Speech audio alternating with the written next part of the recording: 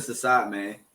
The offensive side, the player who earned their wings this week, man, it's no other than OBJ. Odell Beckham Jr., man. Most definitely deserved that he earned his wings this week, man. Because, like I said, if y'all pay attention to the stat that I said earlier, OBJ had got 4 receptions, 116 receiving yards.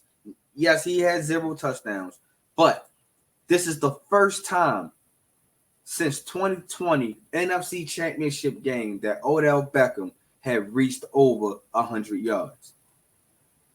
And not to mention, man, like I said, Mark Andrews went down this game. He stepped up, and that's just with 4 catches that he did that. It didn't have to take him 10 catches. It didn't take him 6 catches or 7, anything. It took him 4 catches.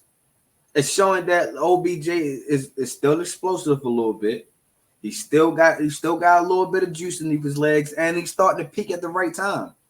We need OBJ to start peaking at this time because it's a simple fact that, like I said, now we don't have Mark Andrews. We're going to need that veteran leadership going down to lead these young guys like a Zay Flowers and a Rashard Bateman to actually elevate their game a little bit more. And Nelson Aguilar also. You know what I mean? We need those 4 guys to like raise their bar just a little bit. And I think that OBJ is the guy to actually get that motivation and to get it out of these guys.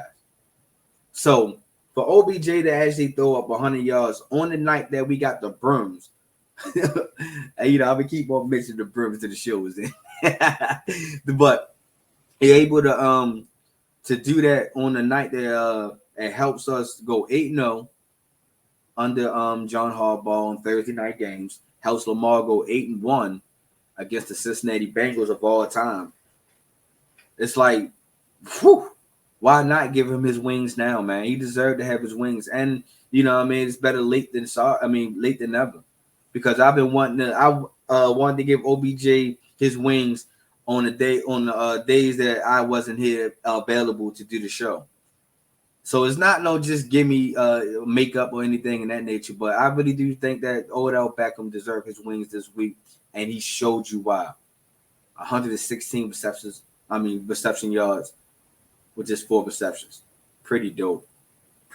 And on the defensive side, man, it was a little bit tough on the defensive side. I wanted to give it to Jadeveon Clowney, man, because he's having a balling breakout year. Like he really is. But you want to know another guy on that defensive side that's having a balling year and is going to get paid this year. Hopefully it's by my Ravens. Justin Madubuike. Justin Madubuike is really becoming one of my favorite Ravens right now, man. For the simple fact that that he is showing that he's valuable on that defensive line. That he is very, very valuable. And reason why I say that he is valuable for the simple fact that Justin Madubuike had got 8 games with a half a sack, or he got 6 games with a whole sack. You know what I mean? So for him to go ahead to each game, showing that it doesn't matter what offensive line is in front of him, he is going to be able to get to to that quarterback. He is that guy. He is starting to become that interior defensive lineman that every offensive lineman and everybody outside the Ravens organization need to be talking about. You know what I mean? He needs to be sitting here maybe mentioning into this defense of the year candidate. Now, I understand, no, he's not TJ Watt. He's not Myles Garrett. He's not Michael Parsons. None of that in that nature.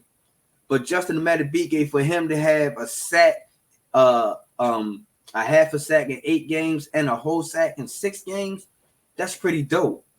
That's pretty good for a defensive lineman who really didn't have a lot of stats behind him. You know what I mean? And he actually earned his